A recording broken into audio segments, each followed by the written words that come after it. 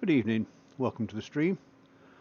And there's no fixed targets for this evening, it's just a matter of what's out there and what's going to be dark enough that we can take a picture of. So at the moment we're looking at Great Cluster in Hercules M13. It's a quite easy to find star cluster, and I'm just using it as a starting off point. And as soon as we can get a 25-second exposure on this, we should be good for just about any target within our horizons this evening. So fingers crossed it's going to get dark pretty quick. I think we're going to be waiting till about 10:30, 11:15 for the proper dark to arrive. That's just a 10-second exposure, and we're just going to go for 15 now, see what this comes out like. And if we zoom right out, that's the Canon camera, full frame camera. Got a little bit of vignette into the corners, but I think that's because there's a couple of houses nearby with lights on, and they might be causing a little bit of an issue later. But for now, here we go, let's go in a bit closer. Focus is not too bad, the stars are pretty solid. We've got no guiding at the moment, so PhD is not active, so we're just going on the natural alignment of the scope. See if we can tweak it a little bit, see if we can get a few more of the fainter stars from the background. Yeah.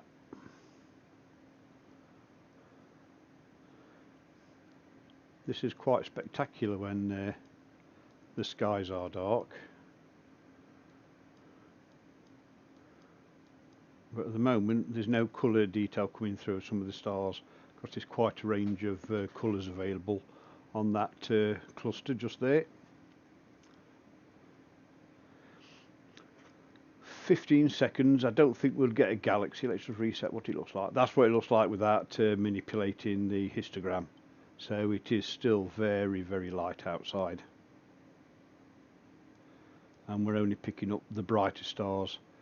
It's quite highly packed in that area.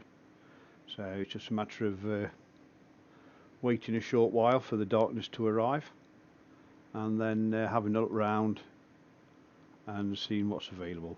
I'm quite liking the idea of going to the Cigar Galaxy M82 and see if we can get that, because that showed some promise last night. It was pushing some colours through before the clouds arrived and spoilt everything. So I'm thinking that might be worth a revisit.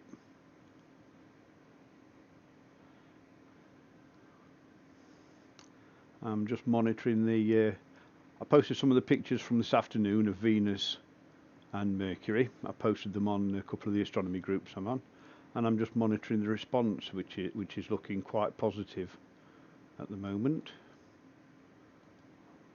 Both images are getting the thumbs up all around, so I'm quite happy with that. Right, that's 15 seconds, we'll try another one. It literally gets darker by the minute, and you can see the brightness, and you can best monitor the histogram up here. As that blue moves to the left, the skies get darker. Not charged the battery up from last night, so we're about 3/4 of a battery, 2/3. But I do have a spare battery available if we need it. Yeah, that's getting a little bit better, a little bit of movement on that one as well. Tweak it a little bit.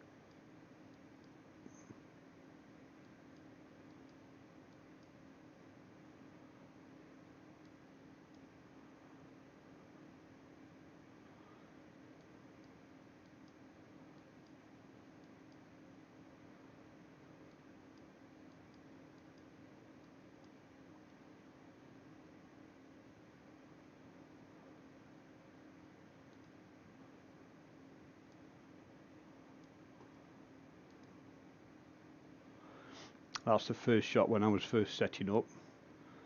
and these are the same settings, so you can see how the light intensity has changed from when I first opened up on our target. Right, let's have a quick look on Stellarium and see what's going to be available to us this evening.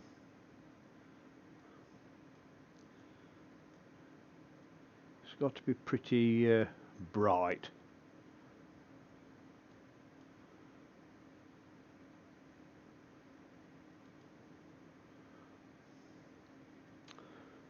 Right, I'm just going to shoot off to a different target. I'm going to home in on a star. I'm going to walk the scope over to another imaging option.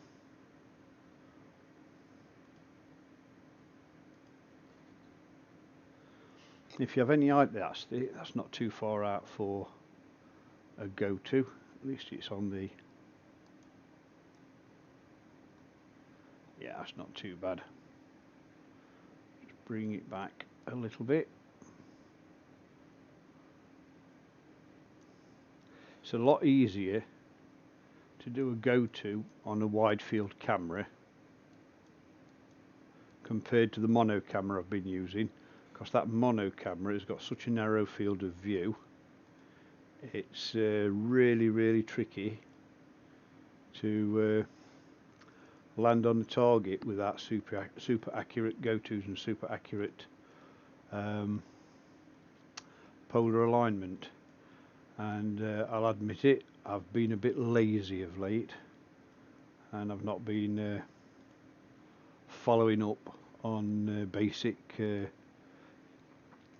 operations to keep everything running as good as it could be. Right, let's have a look at this. I'll go to imaging. We could do a 15-second, so we'll just do a 15-second exposure and see what comes through on this one. Could be interesting.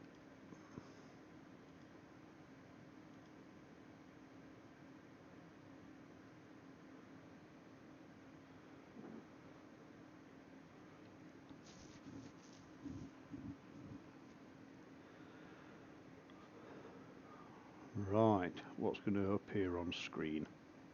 Well, that was the target just there. But let's see if we can pull a little bit more out. Still not dark enough yet for this target.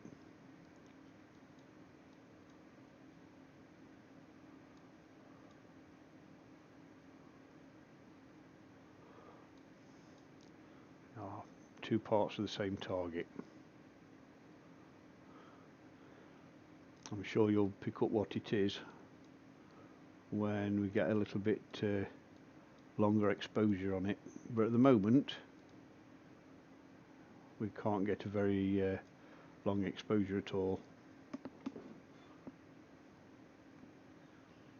It's not M82, the Cigar Galaxy, yet. We'll work his way over to that one shortly.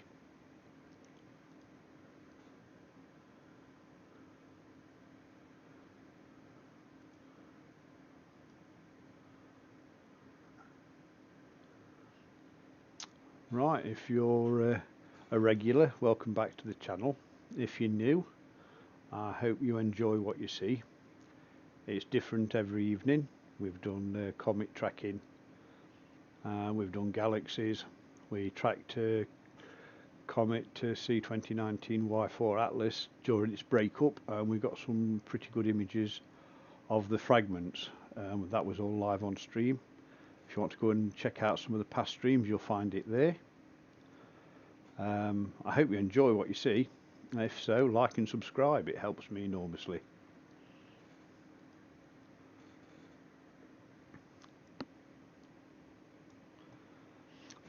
Pardon me, this afternoon we did a stream on Venus and Mercury, and we had a pretty reasonable experience. We got this one from this afternoon. That was a stack of 150 frames. We actually stacked it and created that live on stream. And we also, not quite as spectacular, we also got Mercury, also stacked and processed live on stream. So it wasn't a bad afternoon, and that was an impromptu start for a few hours while I was doing nothing else.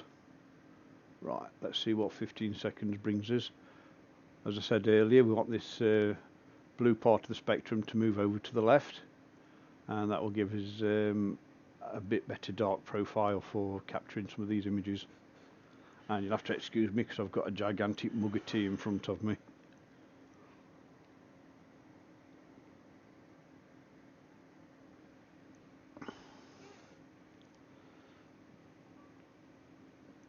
Yeah, that's moved across. Let's see if we can tweak a little bit more out of it.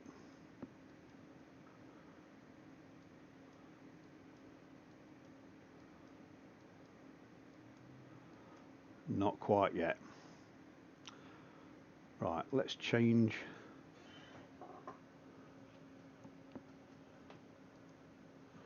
where this is saved.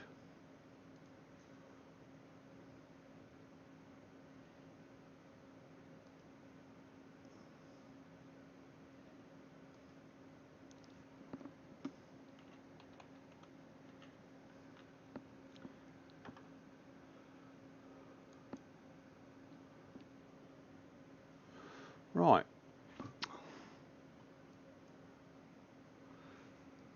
That should make it a little bit easier for processing later. Moved it from the default location, so it should make things a little bit easier. I'm going to do some live stacking, so when we get the latter targets on screen, we'll stack it live and hopefully bring out a lot more data.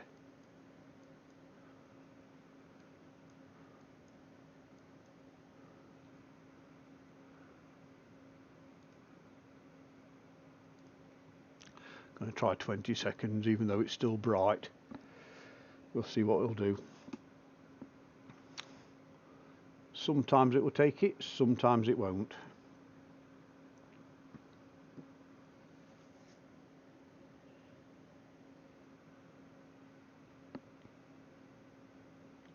If there are any targets that you want to look at, anything above mag 7, I don't mind going and swinging across because of the sky brightness. I think anything less than a mag 7 would be challenging for this equipment.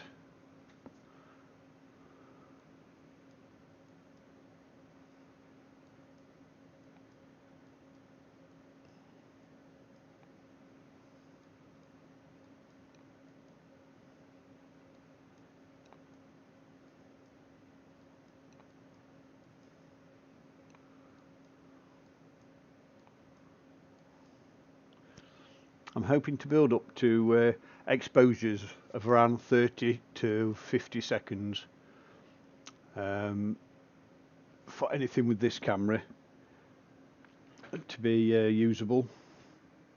Because anything less, I mean, we're on 20 seconds now, and I've got other cameras that pick this up at 10.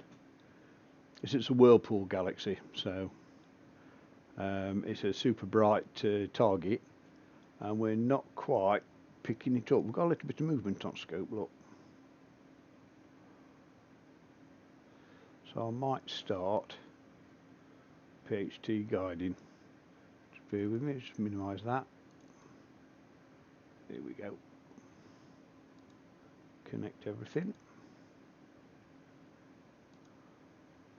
Circulate everything.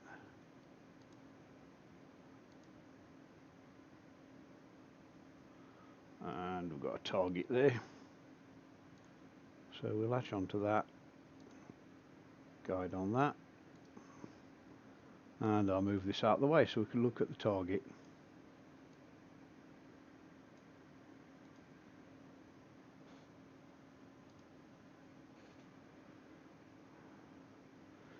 There we go.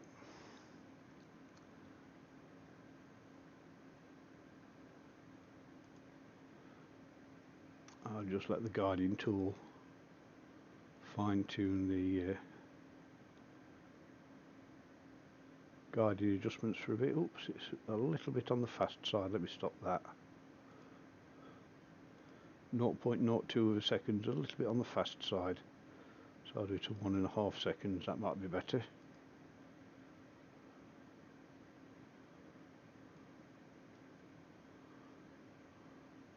Right, it is going to drift a bit now till everything settles down. So what's happening now?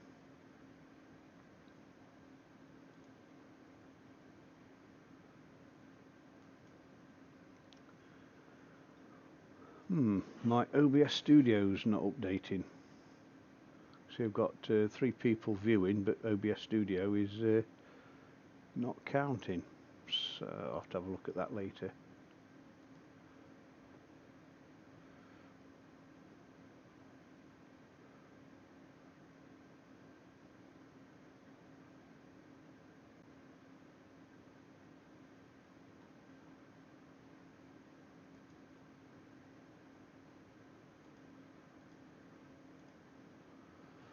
Right.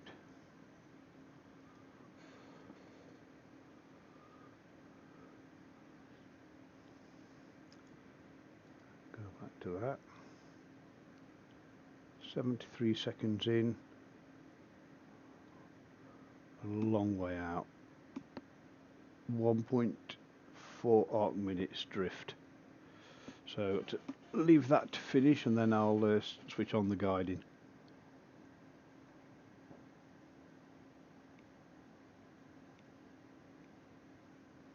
But I might have to have another cup of tea between now and then.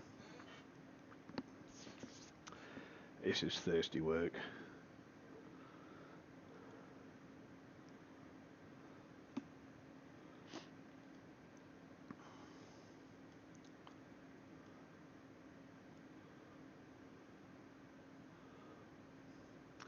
What I might do, I might go and have a look for T2 Comet. I've not had a go at that one in colour yet.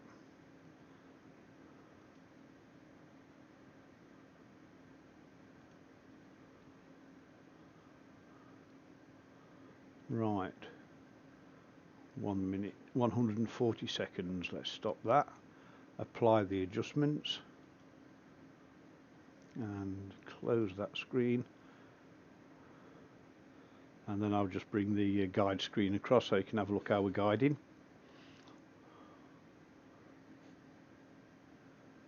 We were drifting out on right ascension just slightly. And it's just bringing it back in now. It is visibly getting darker outside, so I'll try another exposure in a minute. We'll have another one at 20 and see if the blue part of the spectrum moves across.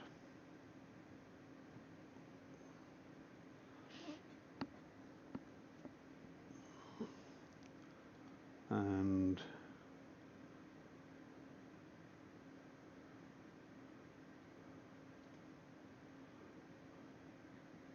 that looks like about right. Just bring the guiding screen across so you can have a look how it adjusted itself. Move that out of the way. Right, that was the drift offline for that time period there, and then when I switched guiding back on, it brought it straight back down, and these blue up and down lines are the fine adjustments it's sending to the mount to keep it on target. Now if I zoom right in, that looks a mess, but if you bear in mind the distance in variation from that center line to top line is 1 arc second, so it's top to bottom of the screen is less than 2 arc seconds, so it's not doing too bad. Anyway, let's move that out of the way, and let's do another 20-second exposure and see what happens. See if we can pick up some more detail. Get that back across there, out of the way.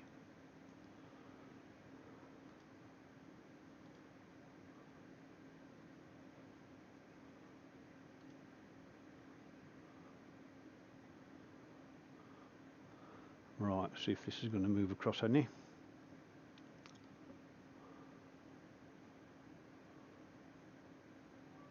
Yeah, it's getting better. Even now I can see a little bit more data coming through on there.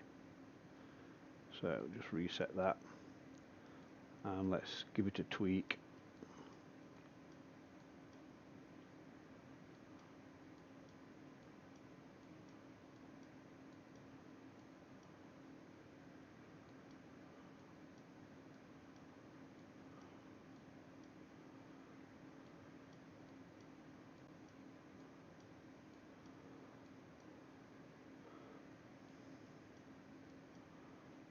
Yeah, looking at this, I think we're going to need at least a 30-second exposure to start getting anything decent.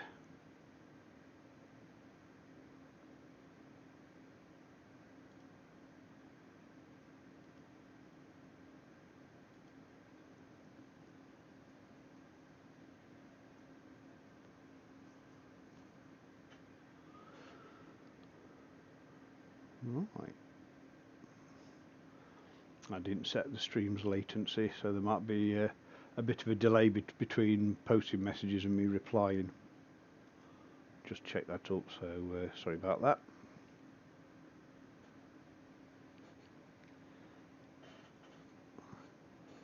What time we got now? 29. Right, we'll give it till about 11:15, see if it gets properly dark, see if we can get some proper exposures on here before moving on to M82. I think that might be a decent target because it's slightly brighter, and we should be able to pick a little bit more detail up with this camera because it's got a lot more variance in colour.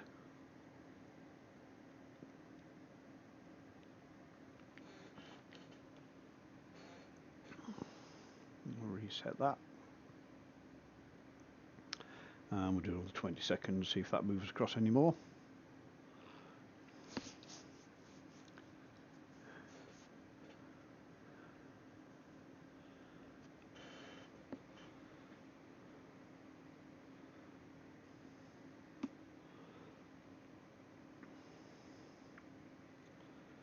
I say as soon as we can do a 30-second exposure, we should be a lot better off with some of the other targets.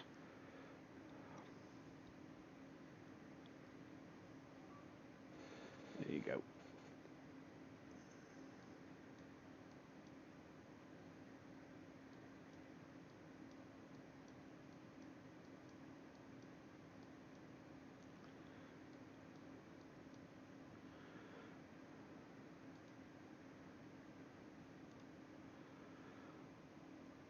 Right, I'll go for 25 seconds. We're not getting much detail out of it at the moment. Reset that.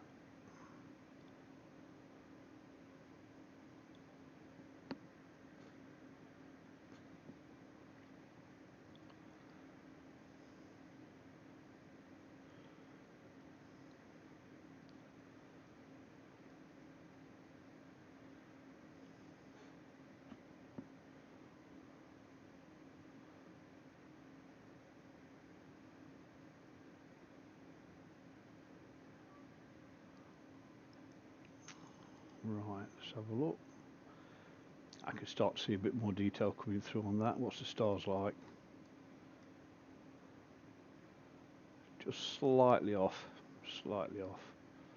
That one. Yeah, just not quite perfectly round.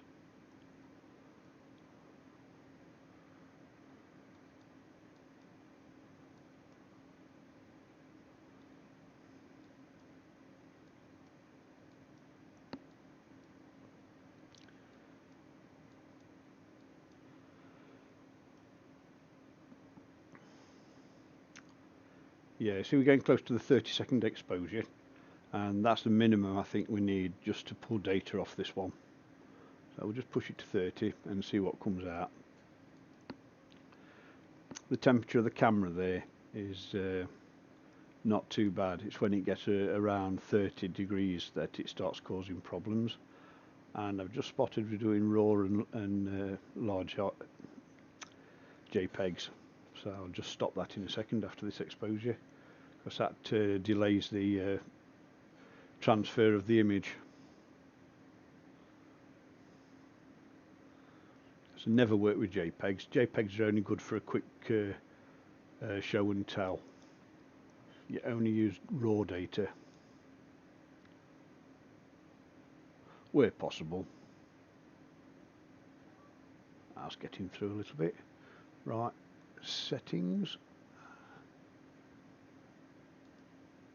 We just want raw. There we go. Apply and save. So they've just gone to raw. So the next exposure should be a little bit faster, or the transfer of the data should be a little bit faster. I'm just going to have a look where T2 Panstars is. See if that's going to be worth a quick visit.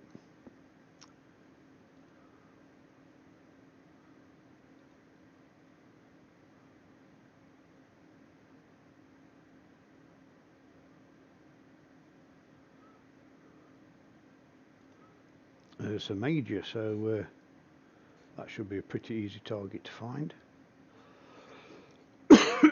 Excuse me. Yeah, it's getting a little bit better.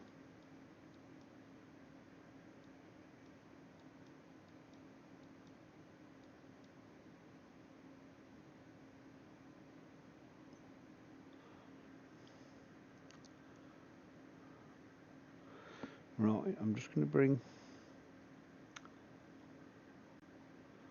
Stellarium up.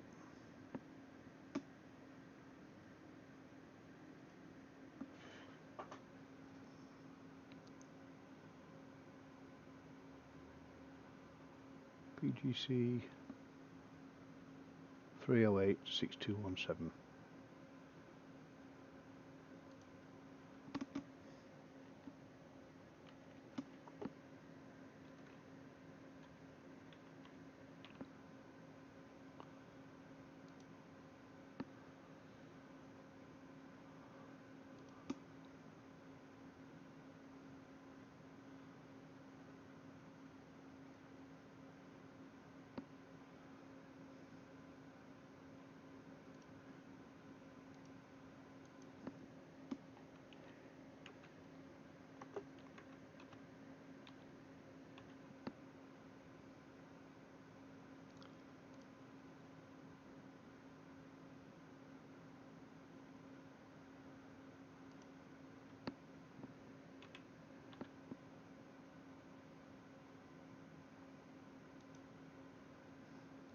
Right, not bringing that one up.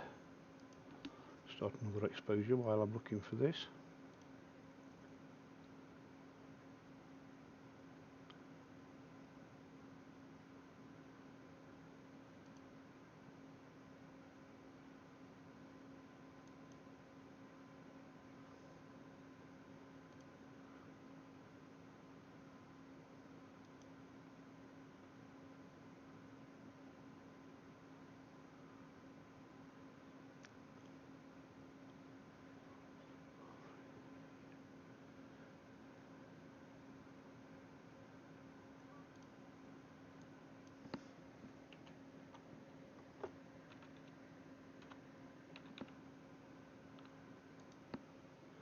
Starting to get a bit of data now.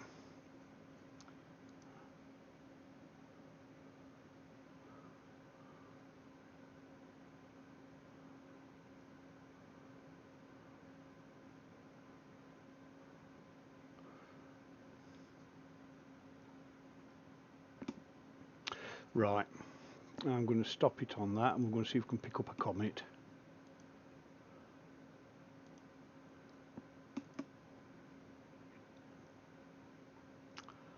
Bear with me while I send this scope across.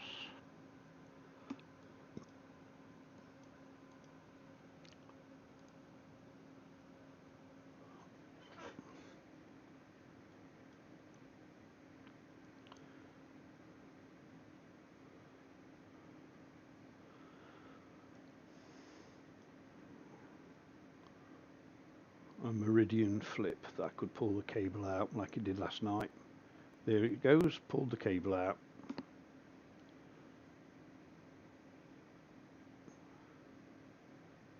And it's back. Right, I'll just have to find a target just to realign it now.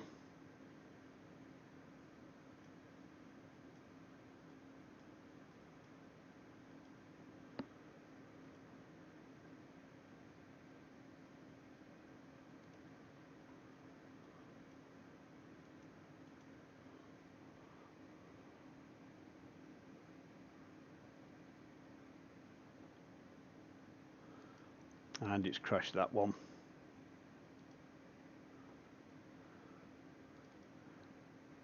Oops, wrong one. I think a little bit of cable management might be in order tomorrow after work.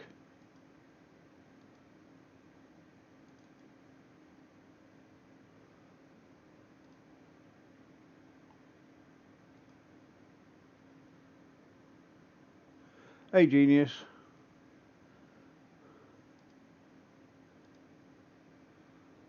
I just had a little whoopsie.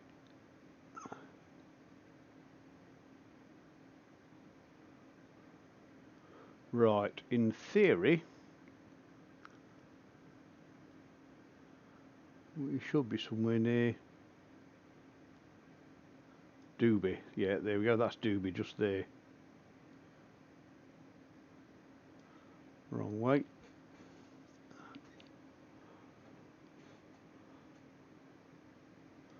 Speed things up a little bit.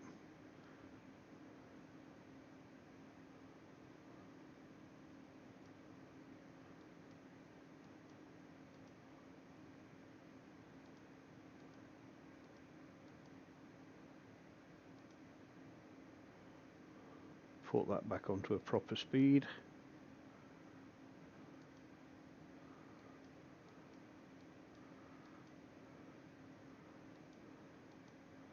Right, let me just synchronise on that.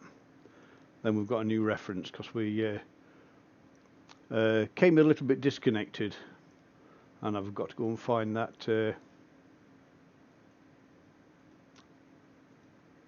comet area again. Right, I'm just going over for a second reference star. Should appear somewhere close to the centre. Yeah, that's close enough.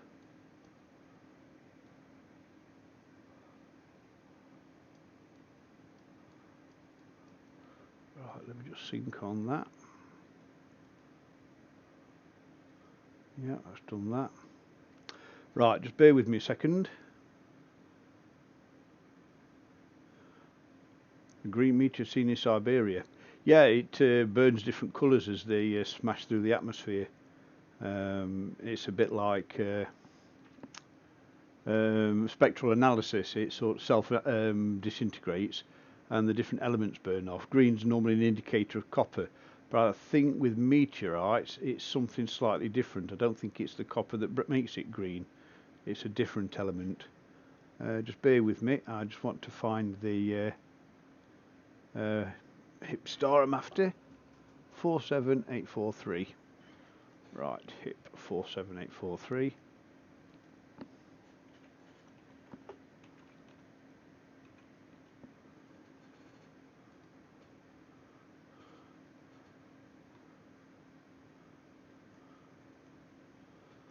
Right, here we go. So somewhere in this area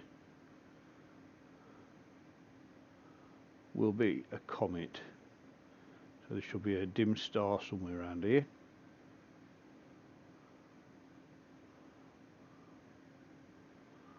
Let's have a look.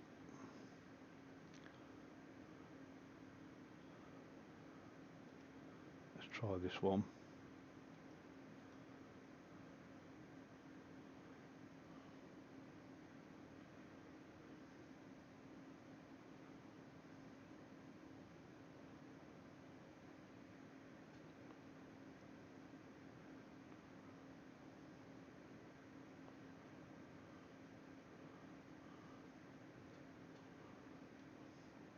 Right, let me just centralize that.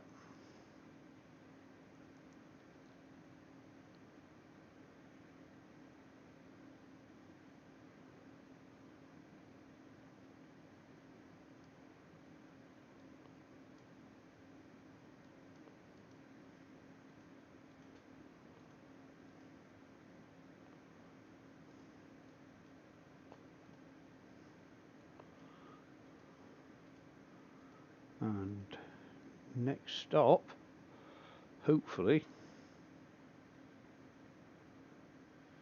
47843. Just double check on the name. Yep, 47843. somewhere down here. Let's see if we can find a comet. Been a long time since I picked a comet up with this camera. We need to give it a proper chance. There we go, 30 seconds. That's a proper chance, isn't it? Let's see if we can find a green comet this evening.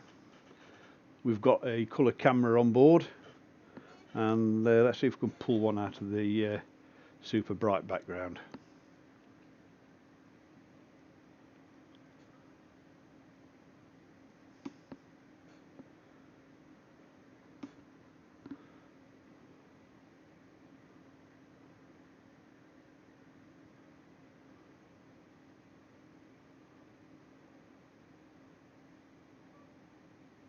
And there it is. We found the comet. There it is, look.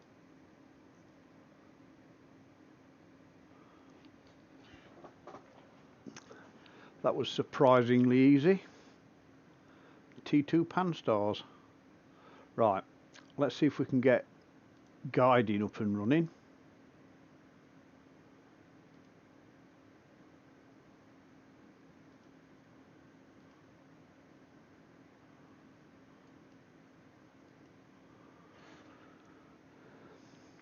Bear with me a few seconds, I'm just getting the guiding there.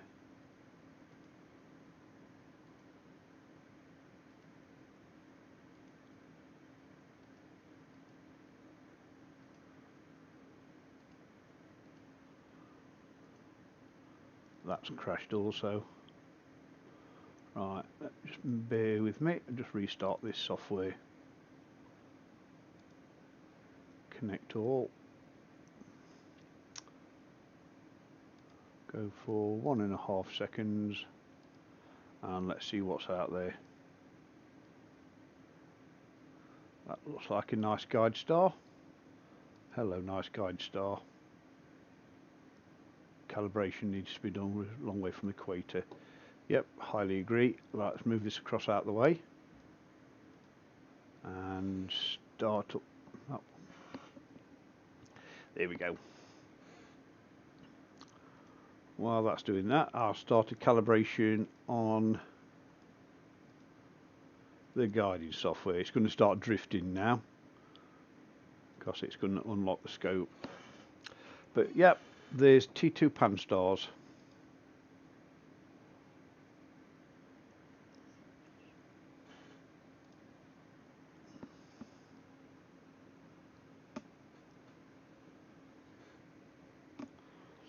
I'll just bring up the info for you. The bright star just there in the centre of screen. Is that going to move? I thought that might have moved. Right, that bright star centre of screen is that one there. The camera's inverted from this view, I do believe. That's that one there. And this is a magnitude of, oh, can't see it on there, T2 Pan-STARRS, live position data, right ascension, 8.8, magnitude 8.8, which is not too bad.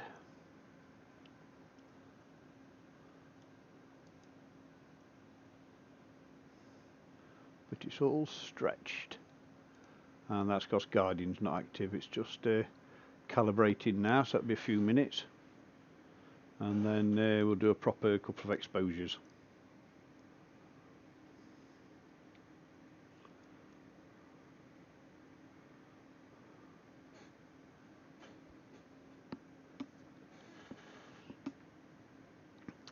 Might have a look, see if there's any other comets that are worth looking at.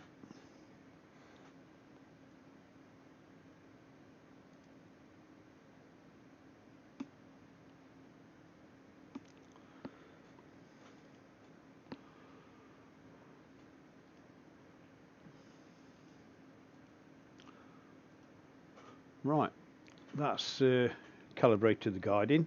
Just going to swing back onto its star, and then it's going to start tracking again soon. Once tracking becomes active, then we'll do a 30-second exposure again and see if these stars go round, as in not stretched.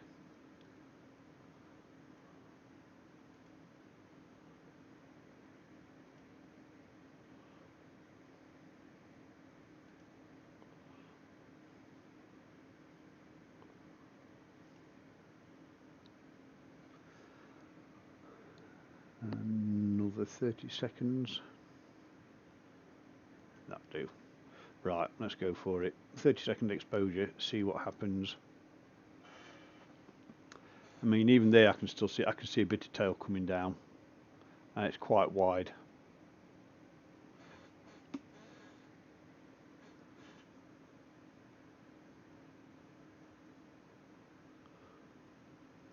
Was you with us this afternoon when we got Venus and Mercury? Because we had quite a nice afternoon. Quite successful actually.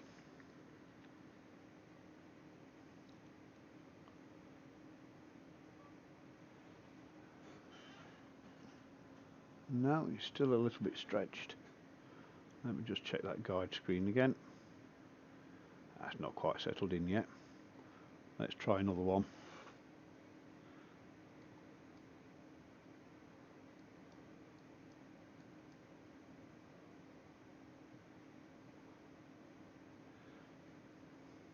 It even looks a little bit green to me.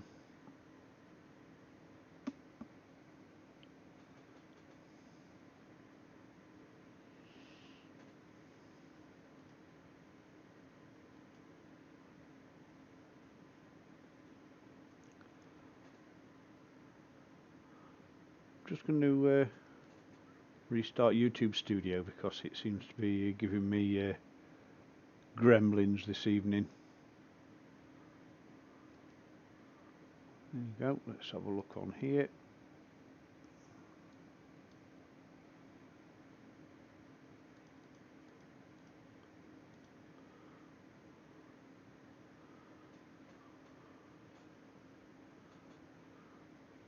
Right, that's updated.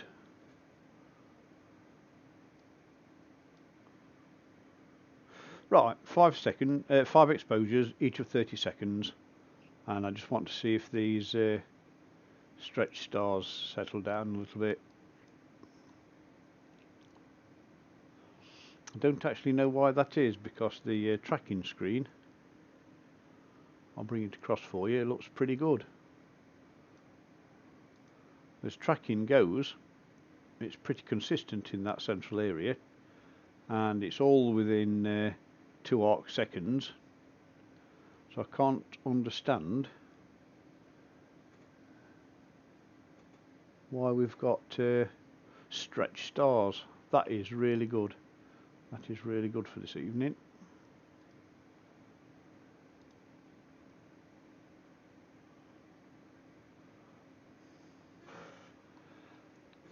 Unless we've got an issue with collimation.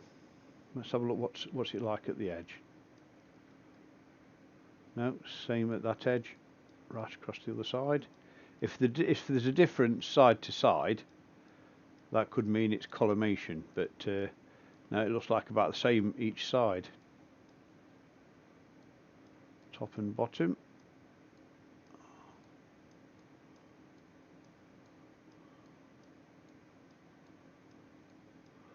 No, that's stretched everywhere, that is. Little galaxy there, look.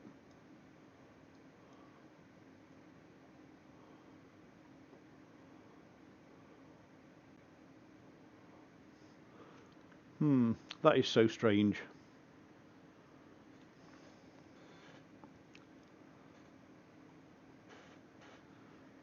And the Guardian says everything's good.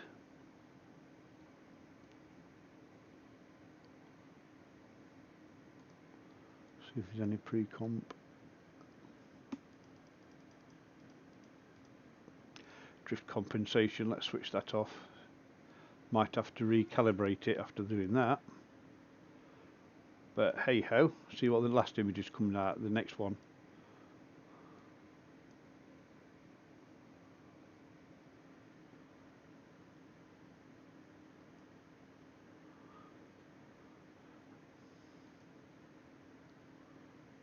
Starlink satellites. A pain in the posterior.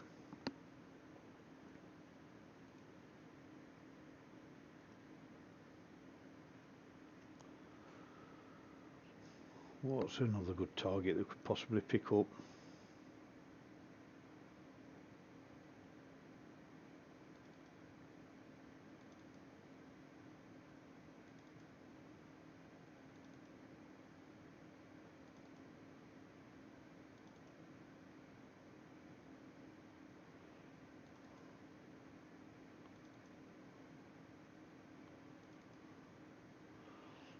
You can definitely see movement on there, and it doesn't follow those, but everything seems stretched for some reason. Every single image. Wonder if the camera's not square in the mount. All these things are sent to triers. Right, let's push this exposure a little bit. 45 seconds. Just do one test at that. So I think 45 might be a little bit too much.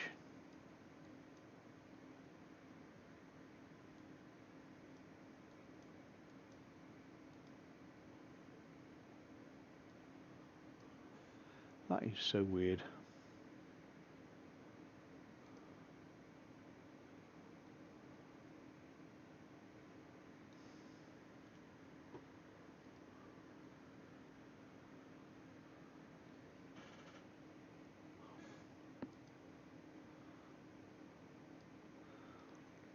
Right, 45 seconds, see what happens with that one.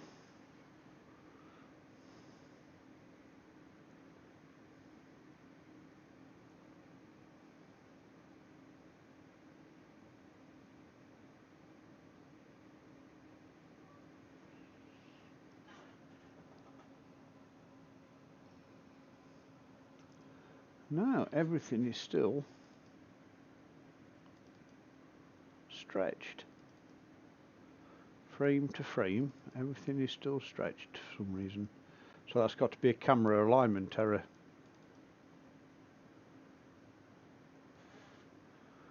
Right, no accurate imaging tonight then. I think this is just casual viewing. Right, what's close by? What was that close one we're going to have a look at? Bode's Galaxy, Cigar Galaxy. That was the one, got some colour in it. Right, let me just stop guiding. Put on circulate. Go back to that.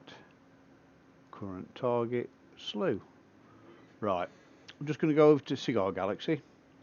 And now we've got a little bit of darkness, we should be able to get a reasonable image. So it should be somewhere on the screen when it finally settles. And I can't see it on there. Let's just do a test image of 10 seconds and see if it appears from the Merc.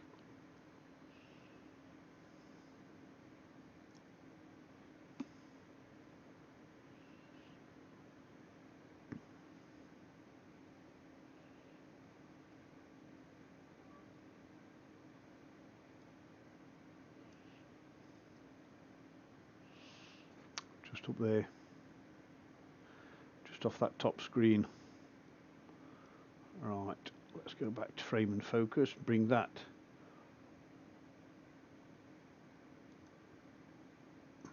down the bottom there. Wrong way.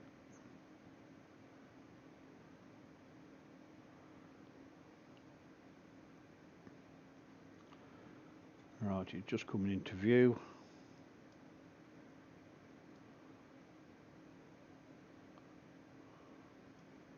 Speed it up a bit.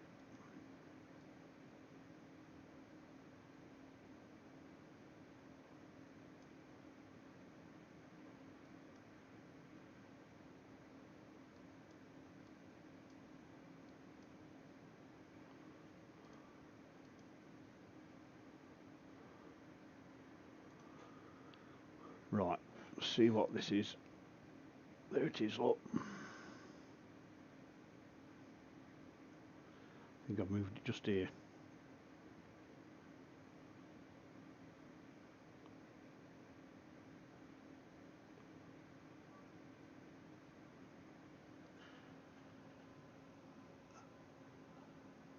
That's Bodes. I've moved it too far.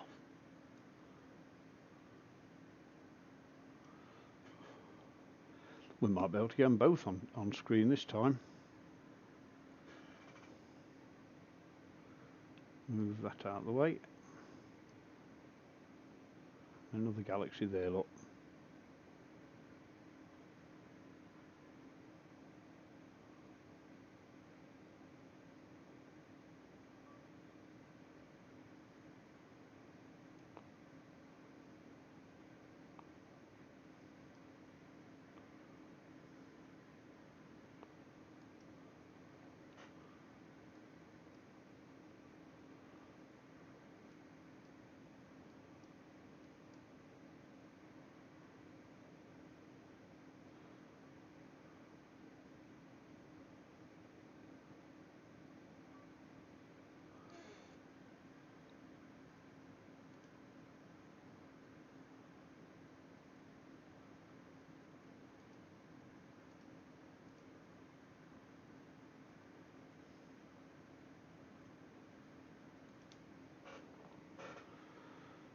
Right, see what that tells us.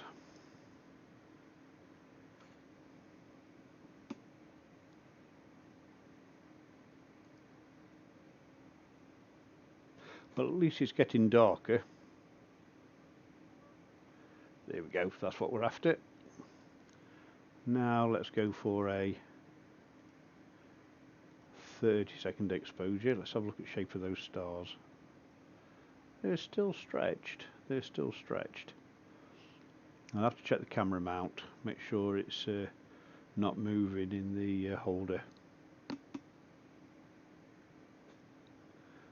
Gone halfway on battery, so and it's 11 o'clock.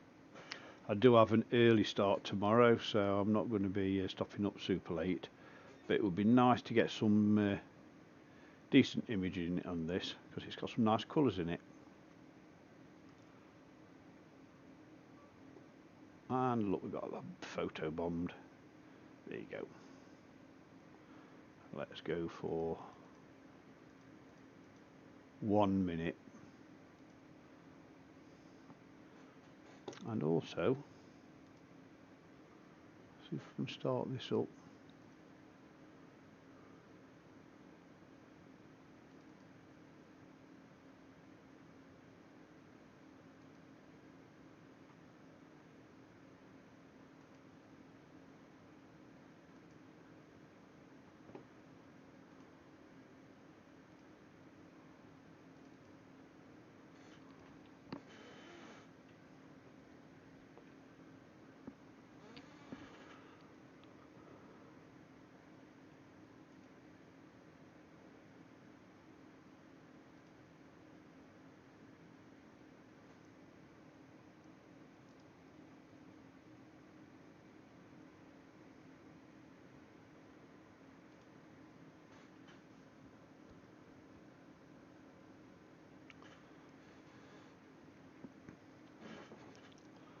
Right, let's have a look what it's going to give us for 60 seconds.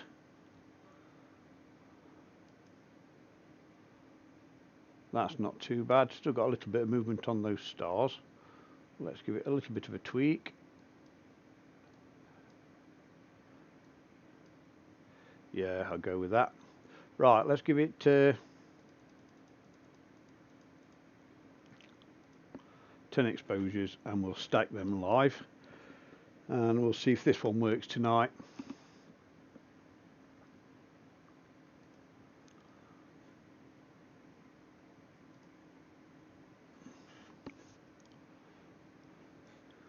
Should prove to be an interesting target when it's complete. It'll look pretty good as well.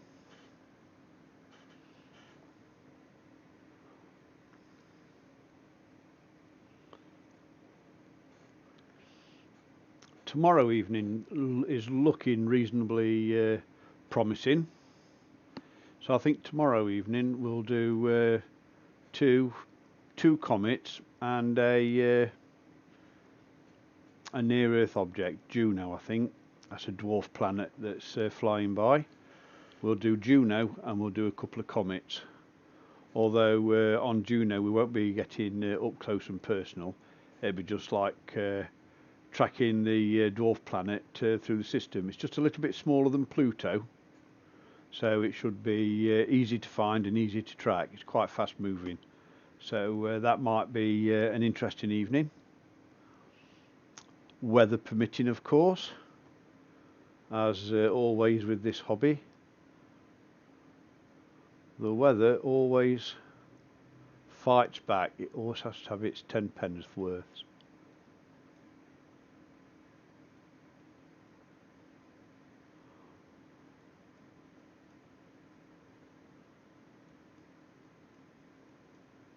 Right, I can show you what two frames stacked together looks like. That's just two frames, what we've just done, and you can see just from this the noisy background's disappeared somewhat. So it might make a reasonable image tonight. Here comes the third one.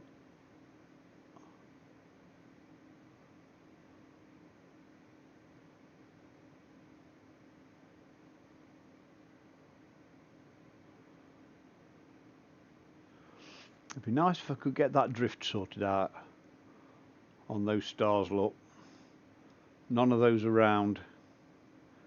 That is really frustrating, but move this out of the way so we can compare side by side.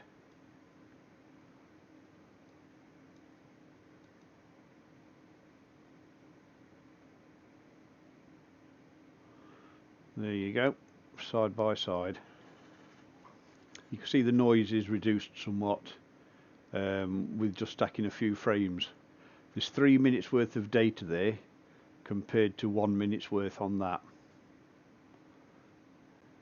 So with a little bit of luck, when we get to around the 10-minute mark, it should be quite a lot more presentable. I'll leave them side by side on screen so you can see it as it develops with the target on the left. I'm not even sure if I'm guiding or not. Yes, I am. No, I'm not.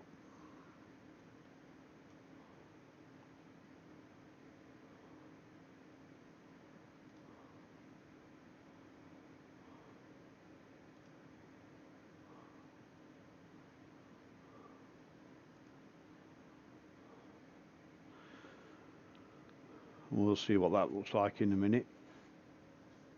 I'll switch guiding on.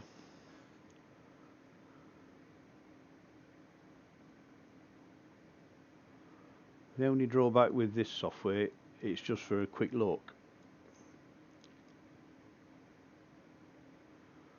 So you're not going to be able to tweak very much.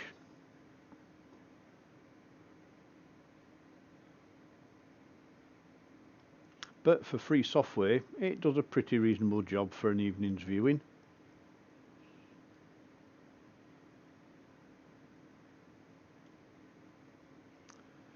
And that's 5 minutes worth of data. And you can see how it's building up from the original.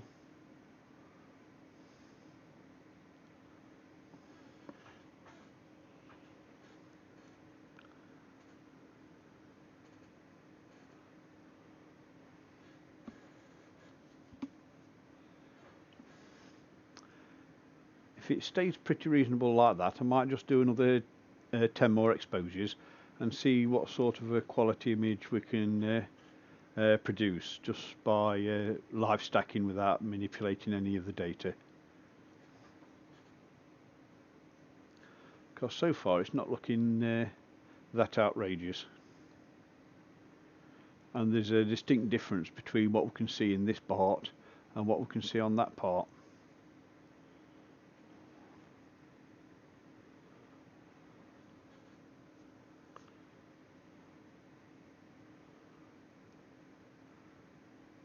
Yep, there we go, that's 6 minutes worth of data.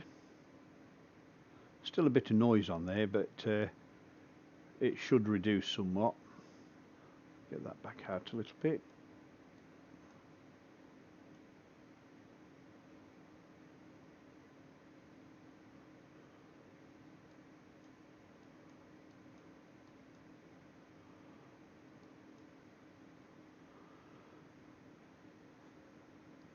Hey Samurai, welcome to the stream again, mate.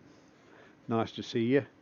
Yep, Cigar Galaxy, 60-second exposures, and there are 6 of them in that image to the right. Normally on a target like this, when everything's set up, trimmed and balanced, I go for around 90 seconds to 120 seconds. But at the moment we've got, if you look at the shape of some of the stars, they're a little bit egg-shaped, so we've got a little bit of drift somewhere. It's either drift or the camera's not mounted squarely on the eyepiece.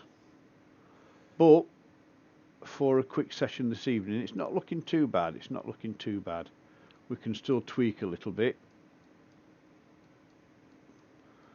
As you know, we like to press buttons on these streams.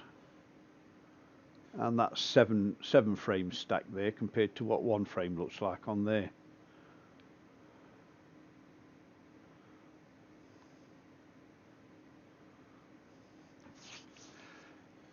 The only filter we've got on is a light pollution filter. So we've got no infrared blocking or UV blocking. That's down to the sensor on the Canon camera, because it's unmodified, so it has got an infrared filter on there. And here comes frame number 8. That's 8 frames stacked in there, so it should slowly be improving, which it is, but it's not what you call a super stack. So let's just tweak it a little bit.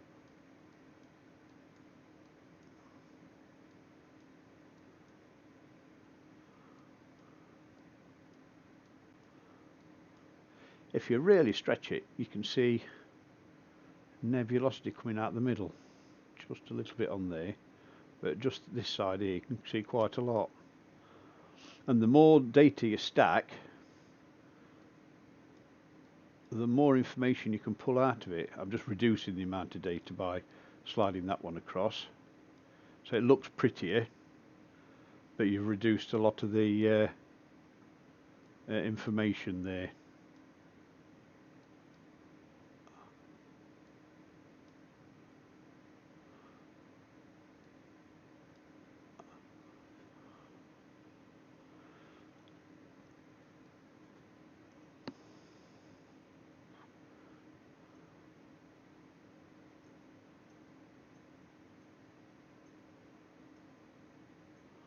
Yeah, there's two different shots altogether there. This is the last frame coming through now, frame 10, and that'll make it 10 minutes of data stacked onto the image on the right.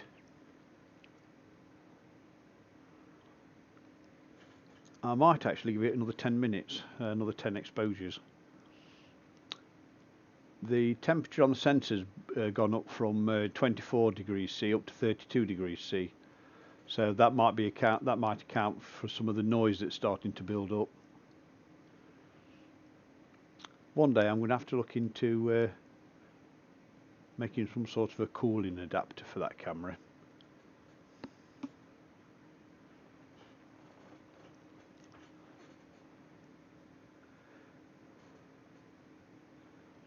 Did you see the images of Venus and Mercury from this afternoon? And that's the last one there. That's 10 frames stacked on that.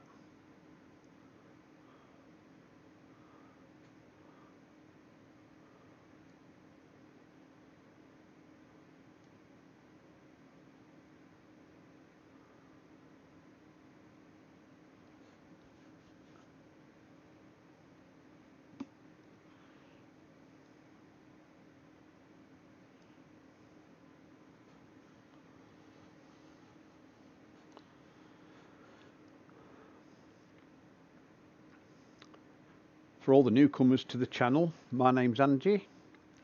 and we just do lazy gazing, astronomy at its laziest.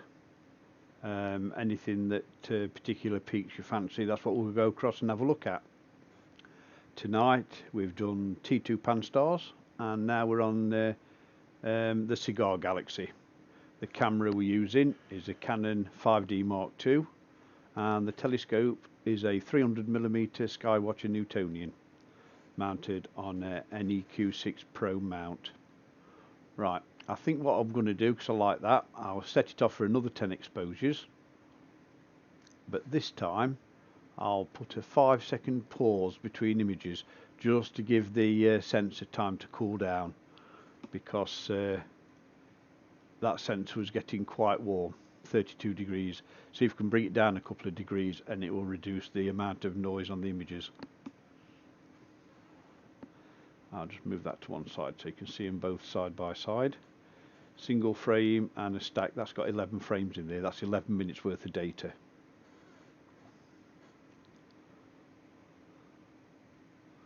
Let's just zoom out to a full screen, see if we can see anything else worth looking at.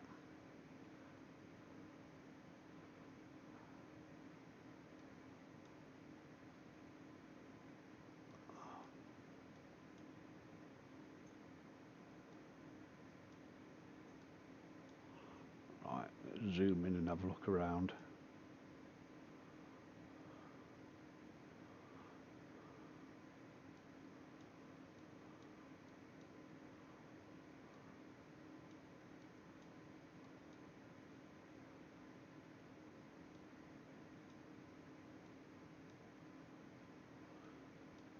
Here comes another frame.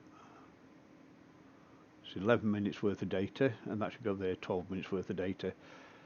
Up to a point you can get a lot of noise reduction, but you get to a point of diminishing returns after a certain amount of time you spent on there. On one system, not if you're not using filters, you start losing it. A big W, little W, nice to have you back, mate, nice to see you.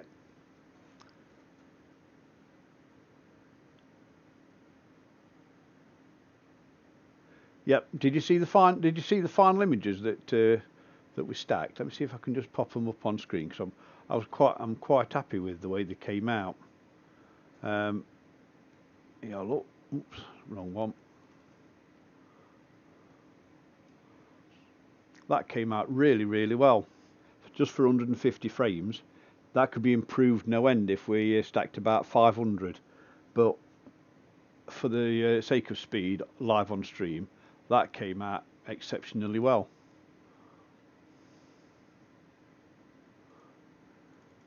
Even Mercury, it's the first time I've photographed Mercury intentionally, especially in the daytime,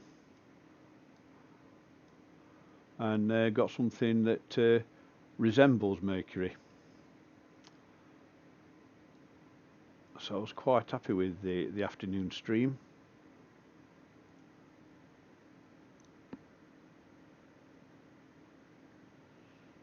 Walter White.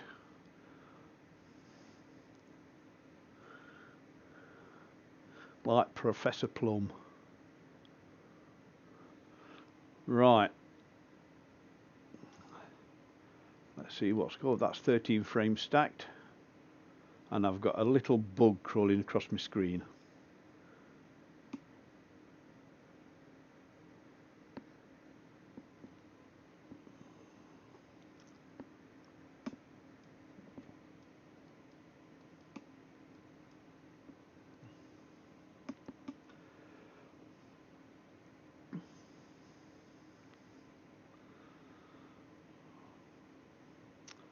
"14 minutes.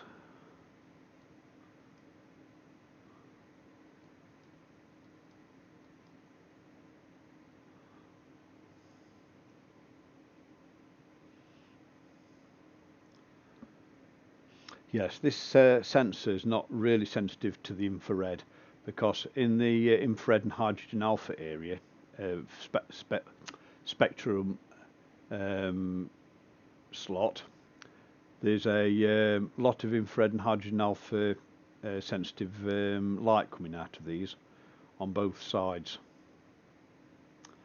And I suppose one evening I can do it with the mono camera and the filter wheel, and we can get some decent data like that perhaps.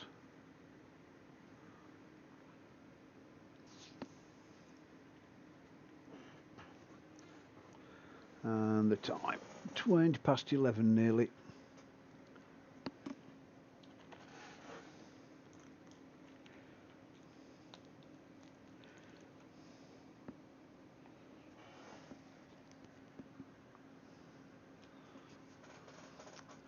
Right, zoom back out a bit.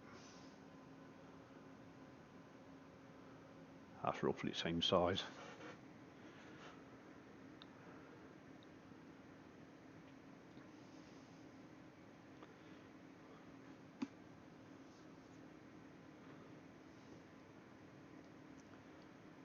Halfway through this run, let's just reset that, see what it looks like on the screen.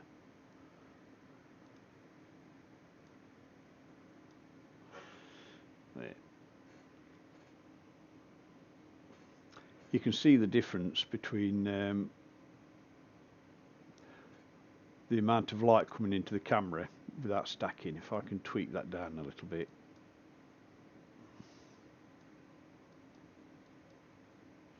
There you go, that might be worth side-by-side comparison.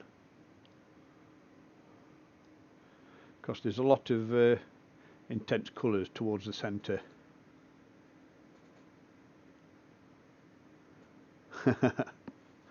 It shows you how much TV I watch.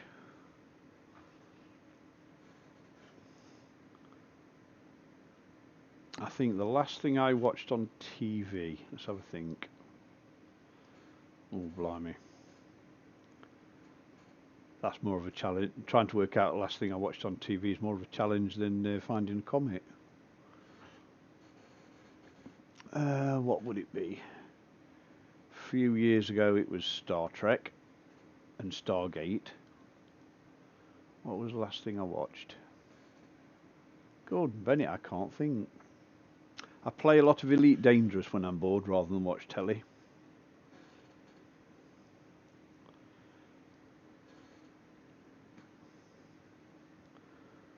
On the PlayStation 4 and the PC.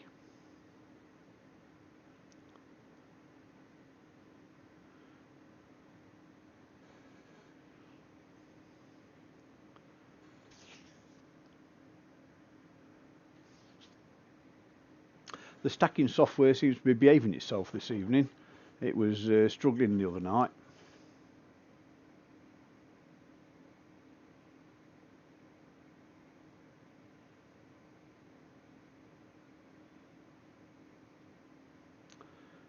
Right, who's messaging me?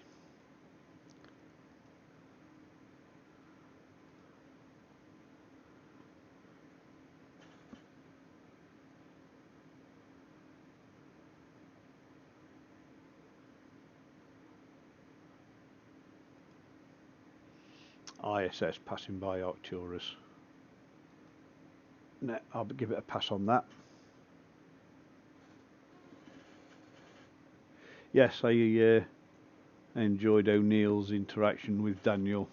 It was most entertaining after a long shift.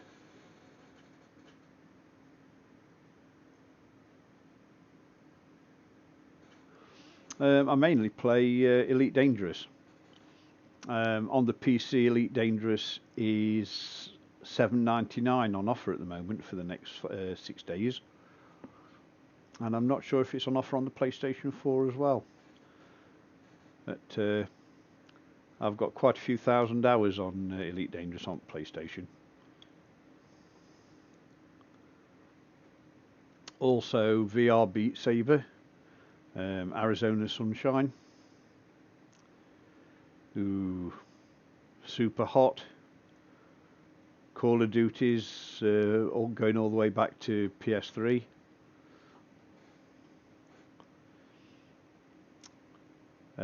Last of Us, 7 Days to Die. You know, just the basics.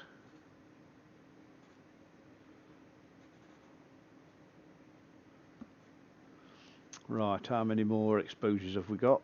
See if it's going to be worth carrying on.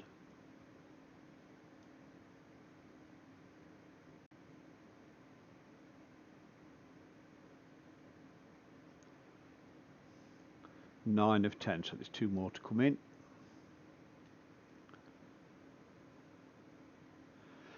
The best thing about Elite Dangerous, it's got a super accurate model of the Milky Way galaxy.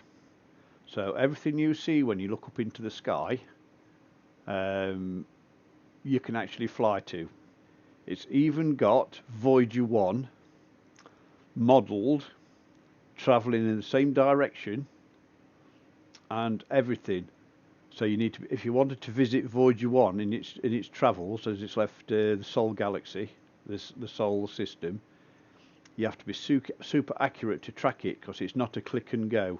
You have to fly your ship to find it. It's a game of trading, combat, political intrigue, assassinations, piracy, and military actions. So it's a pretty intense game.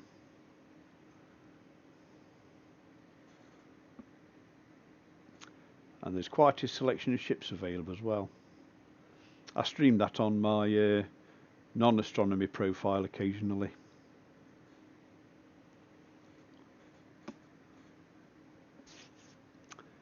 Yeah, that's coming in nicely.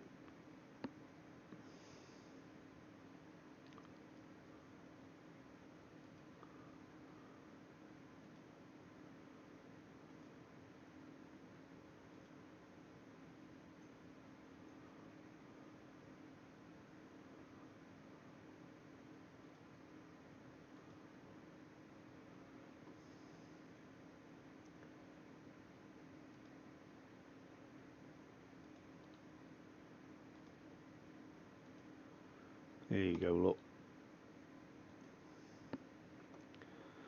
There's a link to some of my streams that I did a while ago on Elite Dangerous. That's my personal profile. And that's the last exposure on that. Did you want to do a few more exposures and keep on that, or would you like to go to another target for the next 20 minutes?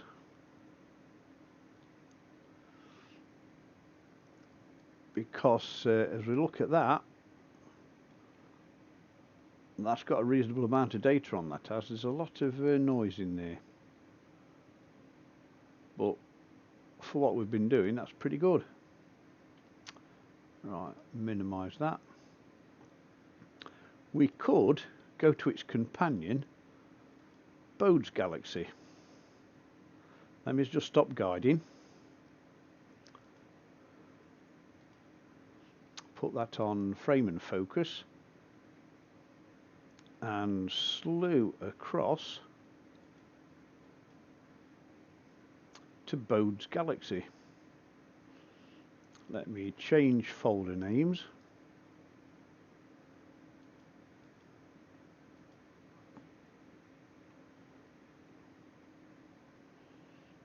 Go back to that. Let's do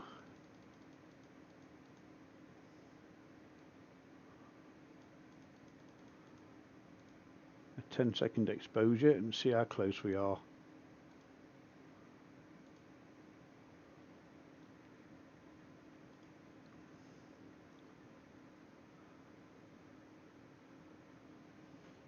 Right, we'll go to the companion to that one. It's yeah, that we got it right in centre. Let's do a reset. Just see it in there, and let's have a tweak. There's a nice galaxy on there. Let's send that right up to 60 seconds, what we were doing a second ago. Do a test on that. And then I think we'll have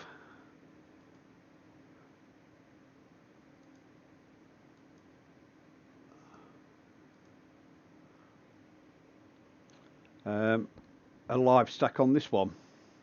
If this comes through okay on 60 seconds, we'll stack first batch of 10 and see what it looks like.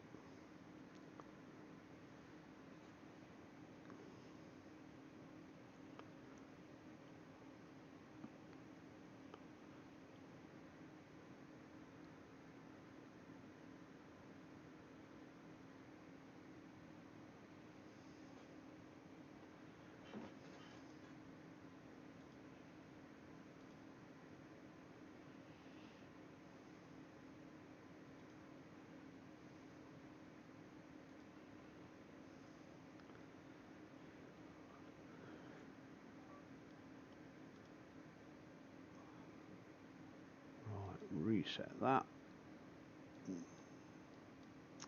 tweak that just a tiny bit.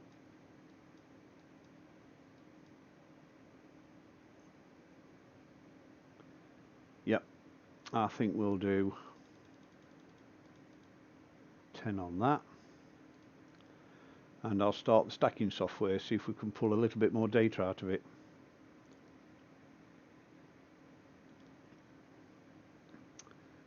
Proper one, click monitor. No, we're not going to start on that. Let me just check what's in the stream.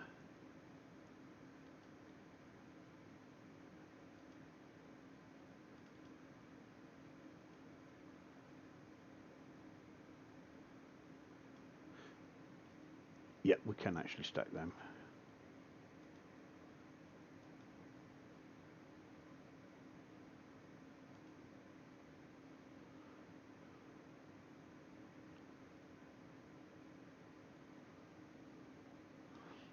Right, that's just stacking a 10-second exposure and a 55-second exposure. And let's give it a tweak, see if we can pull it out. This should be a lot better than the main viewer on this particular target.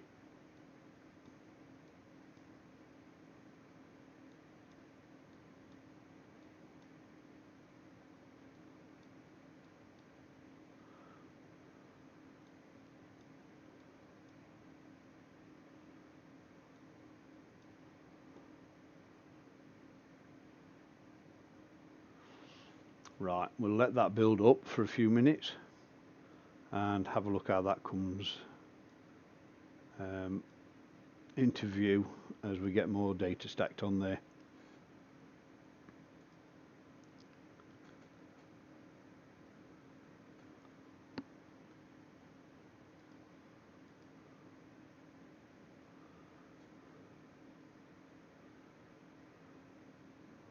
Hey, on that profile link I sent you, if you look at the list of videos, the very last one is doing a rolling roof test on the observatory that I built. I've just had a look at that, I didn't realise that was still on there. So you can actually see the framework of the observatory that we're using right now.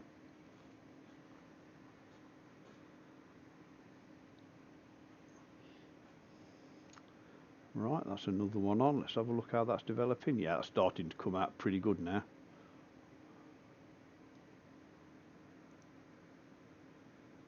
Hey Tom. Yeah, no worries mate, you've not missed a great deal.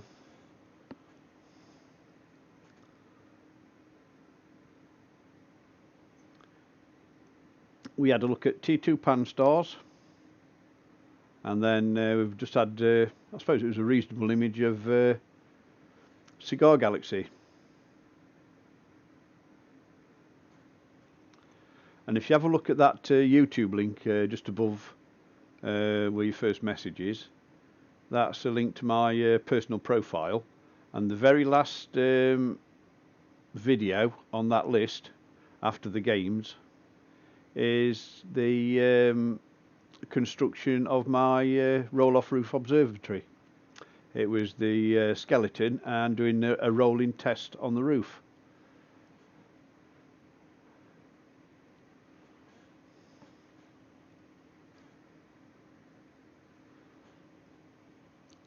And I can start to see a lot more data coming in on this.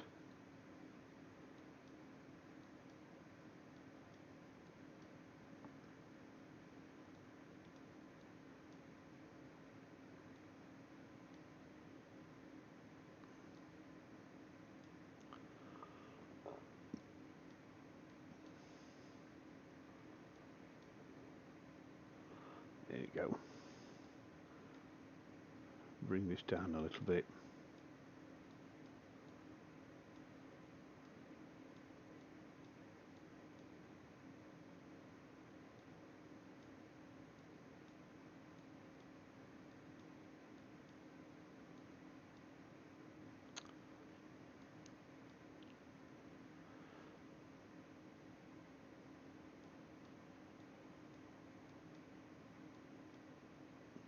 There, leave that at there for now.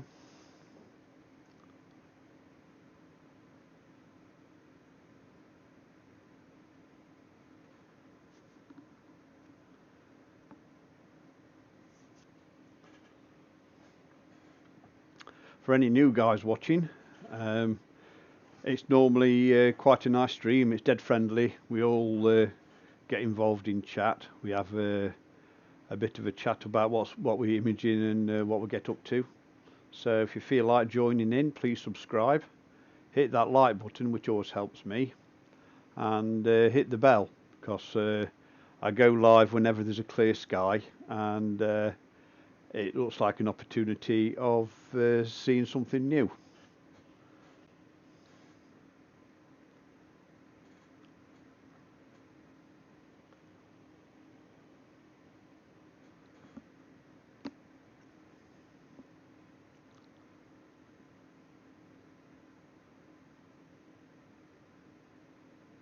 The mug of tea is empty. I was going to go and make one a few minutes ago, but I started playing with the buttons, didn't I? My daughter's gone upstairs to play on PC, so she'll be playing games with the big sister who's at uni. I'll be fetching big sister home tomorrow. A cup of tea is the elixir of life. This stream runs on electrons and tea. Not all streams are equal.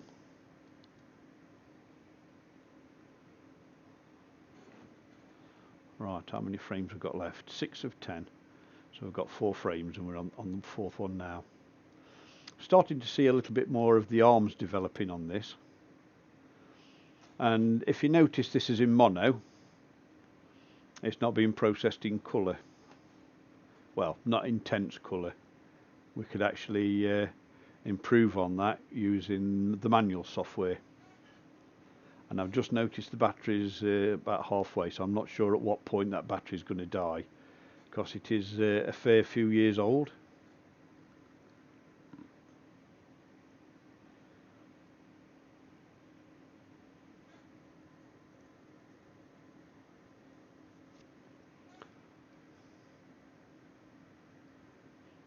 Yeah, you can start to see a lot more detail in the arms on this one.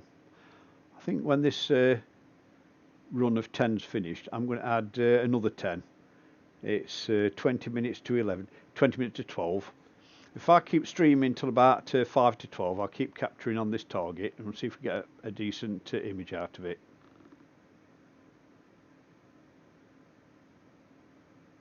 Yeah, I know. I'm a sucker once I get started on this. I'm my own worst enemy. I'll still be up at 5:30, 5:45, so I'll not miss work.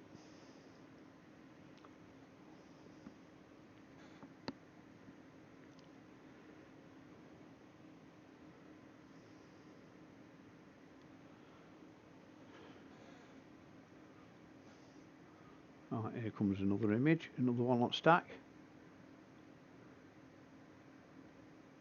That's 8 minutes and 5 seconds worth of data on there. And have you noticed so far we've not had many clouds going by? This is quite unusual for this stream. And if you compare that image to that image, you can see the benefits of stacking data. And this is the only tweak we've got. This is the equivalent of the histogram we have on the other camera. So we can manipulate it only slightly.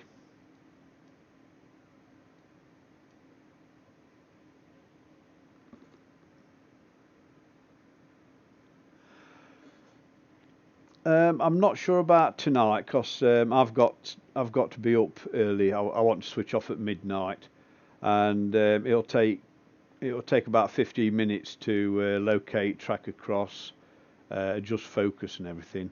So by that time it'll be midnight and my bedtime. So I might give it a miss on comets. We had T2 earlier, Pan stars. Um, the next stream will do 2 comets and a galaxy. And I might even use the mono camera for the comets to get a little bit more detail out of them.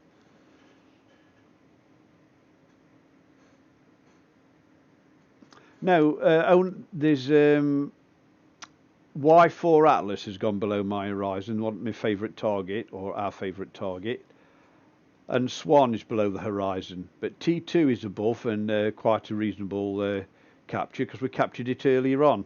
If you scroll back to early on in this stream, you'll see T2 Pan stars. We actually started off with that one.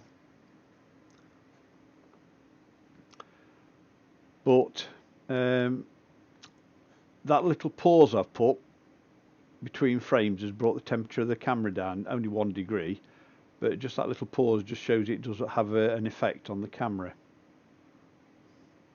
And here comes number 10, so this should be make 10 on the stack.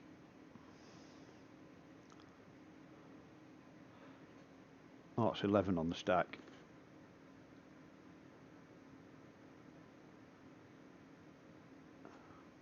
Right, how many we got left? This is the last one. Right, I've got an idea to try and bring a little bit more data out on that. At the moment, we're using 60-second exposures. I am going to put a 90-second, just one 90-second in, see if it can bring a little bit more of the arm detail out. So we've got different levels of light coming through. I know this camera doesn't like anything above 60 seconds because it gets pretty warm. But hey, we've got clear skies, we might as well use them a bit, eh? I'm going to feel dead guilty going to bed while we've got clear skies and telescope already set up. But you can have a look at those Elite Dangerous streams I did on my original profile. There we go, that's the last image coming in. And you can also have a look at the skeleton of the observatory. You can see what I constructed. I designed and constructed that myself. Designed and constructed myself. Right, let's just drop this to one single exposure. And we'll just pop that up to 90 seconds. There we go, 90 seconds. And we'll see if this makes a difference on here.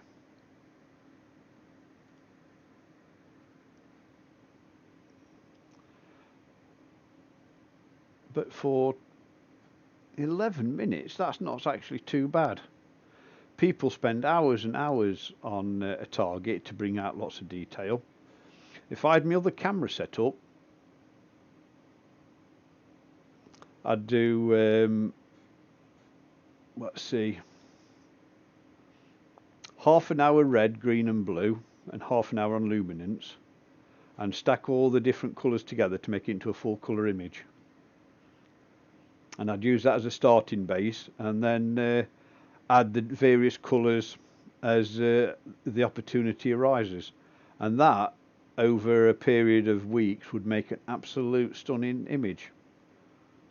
Because for 12 minutes, that's a reasonable amount of data in there, a reasonable amount of detail. And we'll see what this 90-second exposure is going to do for it.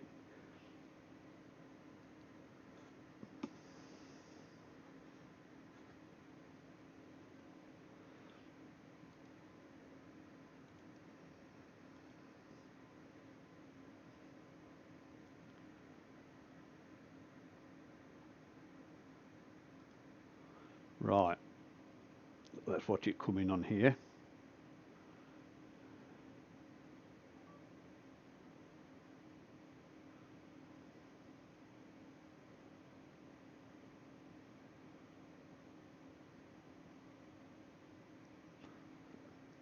Right, I'll just do a couple more on that.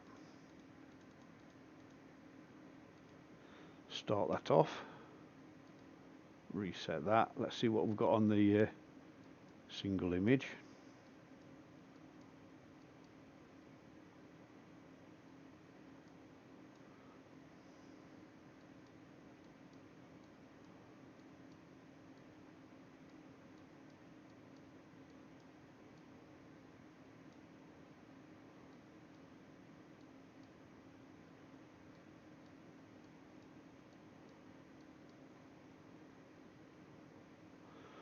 Well, there's a lot of data in there. Just need to stack it up on the multi-image, on the live stack on there. So I've just set it off to do 10 more images at 90 seconds, just to add to that bit of data there and see what we get. And that should make a little bit of difference.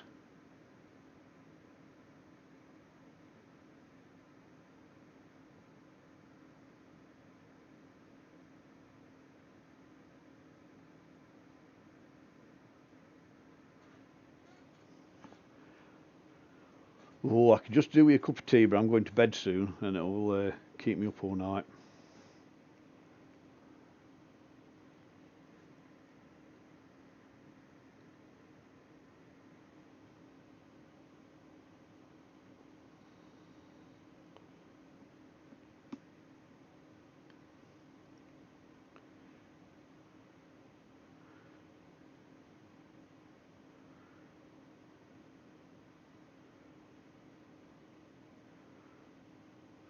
The tracking seems to be doing a reasonable job. Bring that up on screen. I'll just bring the, oh, well, that's strange, because we don't seem to be tracking. The tracking's not actually switched on.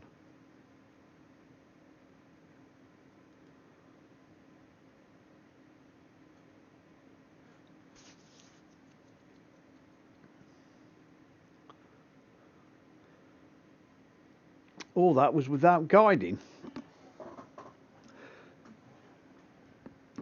We've been working over here all this time and we've not even been using the guiding. And look at that, the stars are pretty round. So I think we're doing better without guiding than what we were with guiding.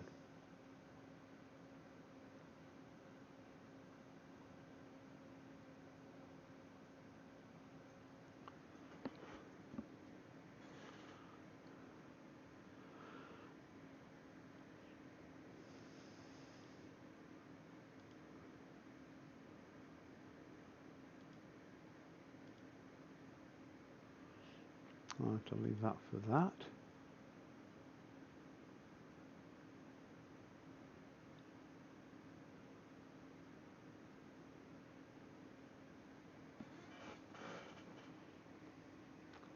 Here we go, adding another one.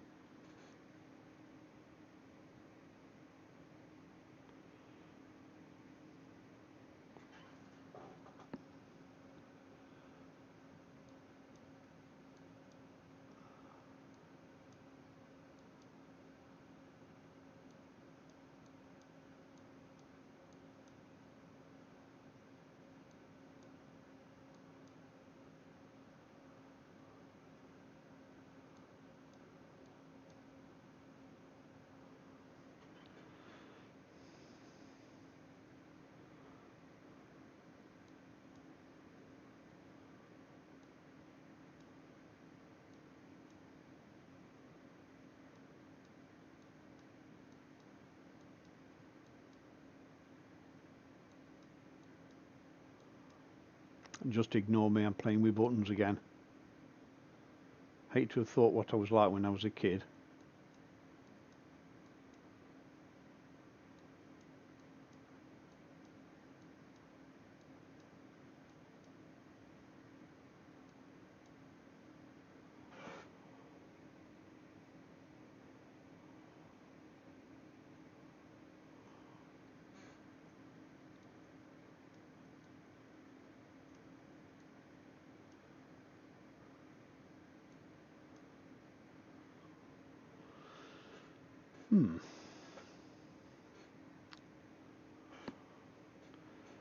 The core is burning out quite intensely with the longer exposures.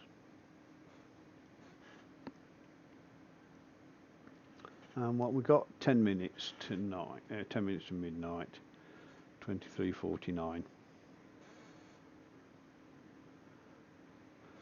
Now, growing old you can't avoid, growing up's optional. I'm liking that.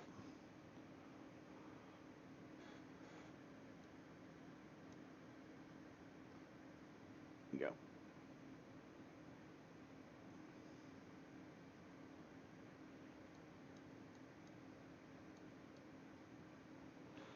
There's a bit of detail in there, but not as much as I'd liked. And just out of curiosity for your interest, that's the guiding profile that we're running at the minute. Pretty flat with a few adjustments. You get little blips like this, that's when you get just a little breeze outside, and that has an effect. The drift off target is pretty close, because that's the drift. If you imagine the target is the centre of that cross, every time it takes a sample, it's all within the half-second target area. So that's doing pretty good.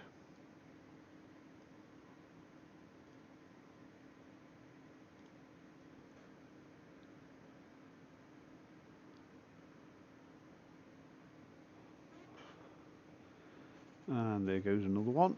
That's 18 minutes on there. That could be a decent bit of data. There's a lot of noise in there. What's the temperature of the camera? 31°C still. But that might be down to this algorithm that's doing the stacking. It doesn't take account of anything other than alignment. So it aligns all the rubbish on that image. Every single image just gets stacked, aligned on the stars.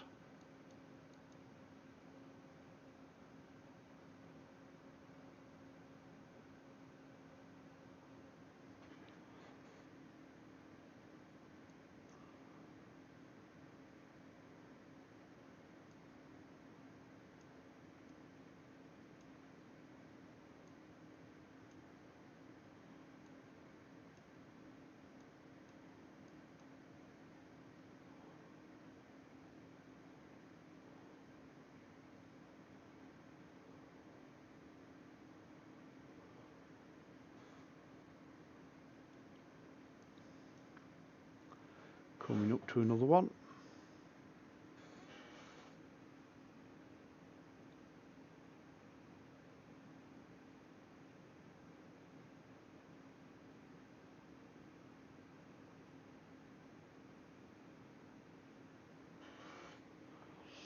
I'm looking forward to PSVR 2. I'm hooked on the PlayStation VR system. It's absolutely awesome fun.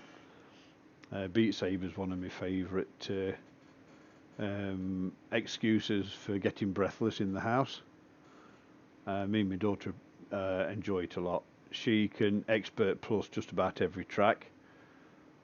I can play all the tracks.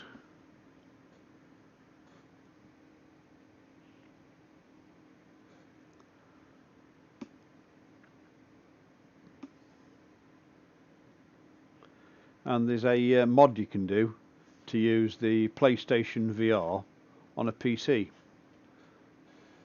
So you can play a lot of PC games just using the PlayStation VR system. But unfortunately you can't do it the other way around. You can't use PC VR on the PlayStation.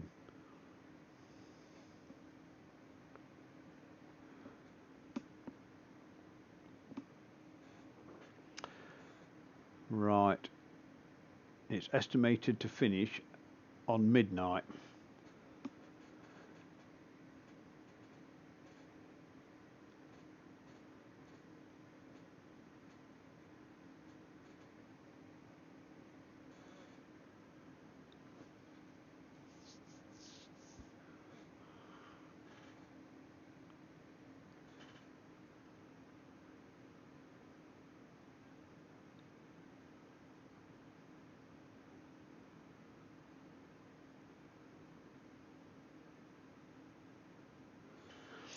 Well, they're going to have a little bit more meaty processor on the PS5, and for a family to play on a console, it's a lot easier than having a PC in each room.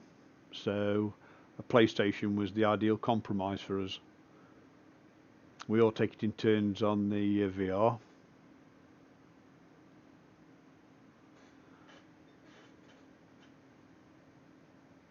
And we all enjoy it. I mean, it's a perfect party animal, the PlayStation. That's not actually too bad, that data. Look at that. That is not too bad at all.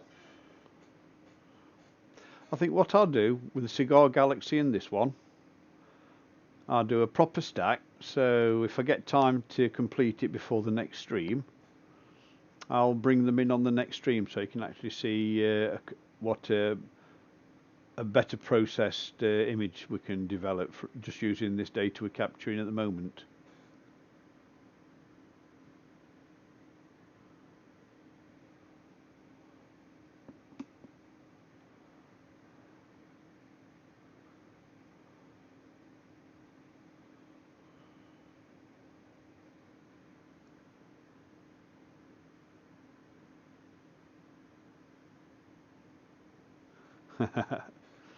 Yeah, the computer that I'm doing this stream on,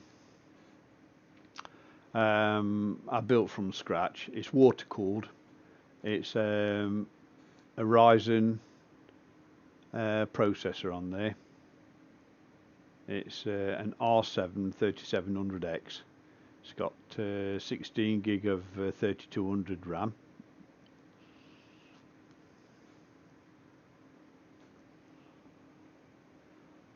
But I never bothered putting a gaming graphics card in it because I didn't build it with games in mind. It's just got a GT 1030 Nvidia, so I've not put a gaming card in there. I may do one day. But for what I use this PC for, it covers all the bases. I mean, it runs 2 monitors, it controls the telescope, it streams, and it manipulates data all at the same time.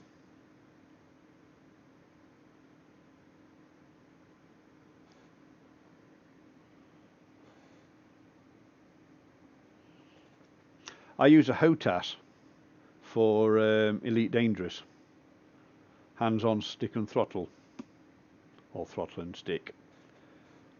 And if you've got the VR headset on, sat in front of the PlayStation and playing Elite Dangerous, although Elite Dangerous isn't in VR on the PlayStation, it's a really, really good experience. 7900 GTX, that's a decent gaming card anyway, that is.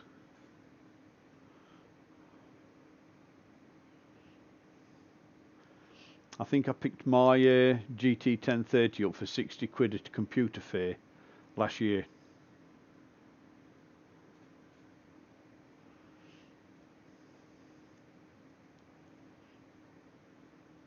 I mean, this one, see if I can find you a picture of it.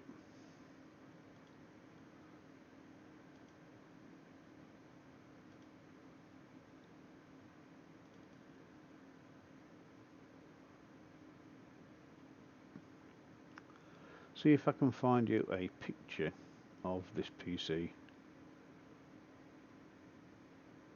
So I'm sure I've got one somewhere.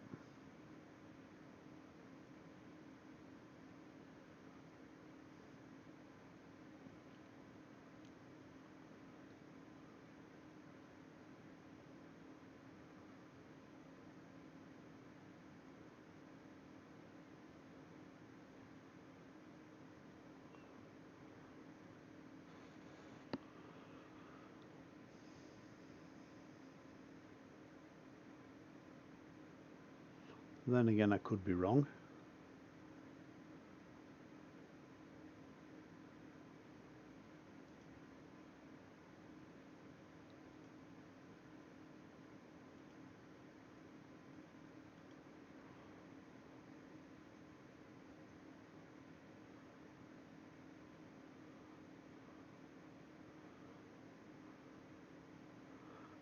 of I do know where I can find one though.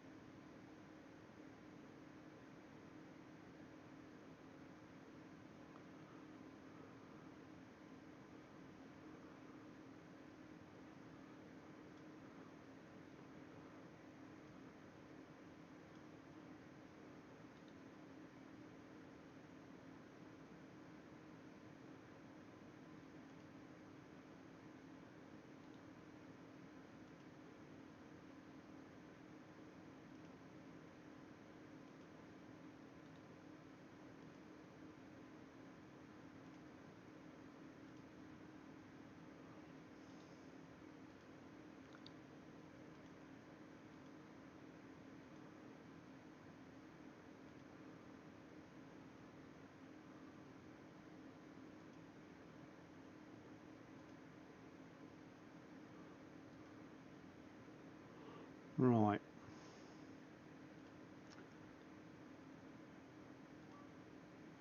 Right, that's the last exposure on that.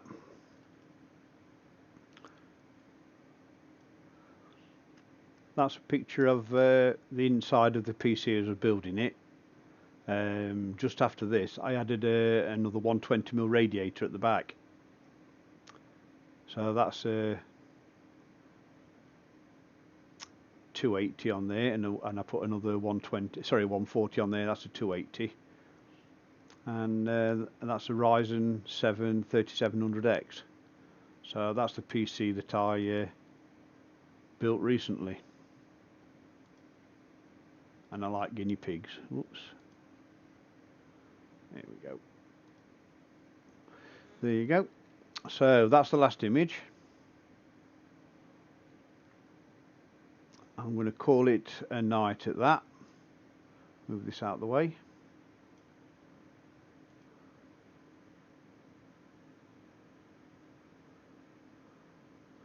Right. I'll just give this a tweak, see if we can see anything on that we didn't get on the main one.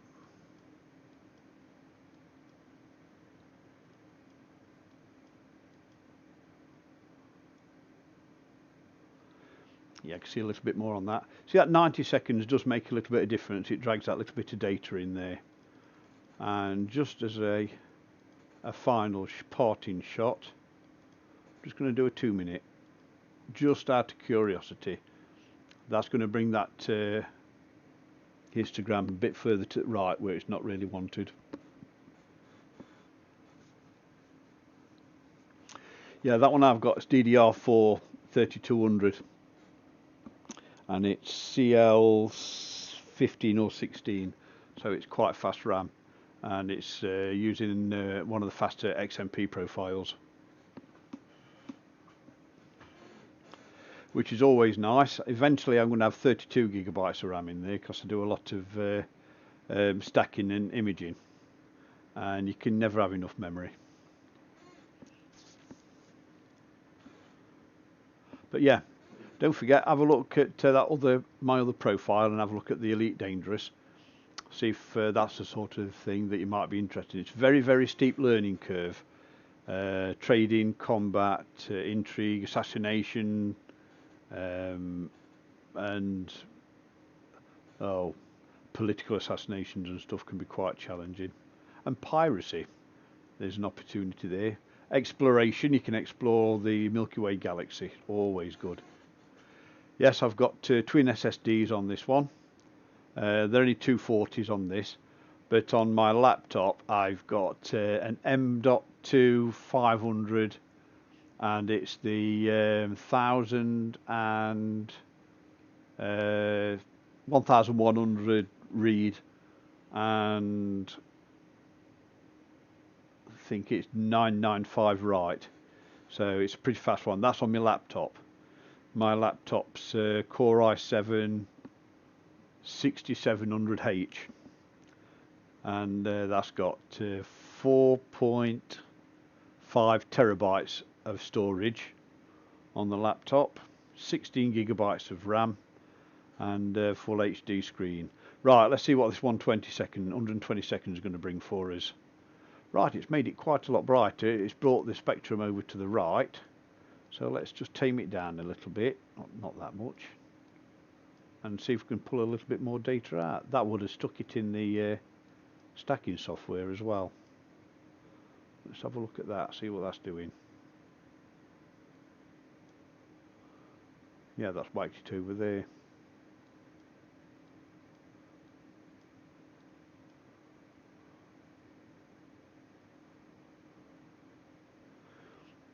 Yeah, there's quite a lot of data in there. I might have a go at stacking that properly for the next stream. I'm using the X570 Gaming Plus from MSI on this one, but with a few tweaks to the power output. I've upped the minimum wattage and stuff like that, so the CPU's got a little bit of breathing space. But anyway, going back to this image, I will stack that because all the data's in one place. It should be easy to find, and it's in a folder right next to the Cigar Galaxy data. So I'll do the pair of them, process them, and finalise them, give them a bit of tweak in Photoshop perhaps, and I'll show them on the next stream, whenever that might be, hopefully tomorrow evening, or looking at the clock this evening. So I'm going to close this right now, leave that at that, go back to the stream. There we go. Right, I'm going to call it for this evening.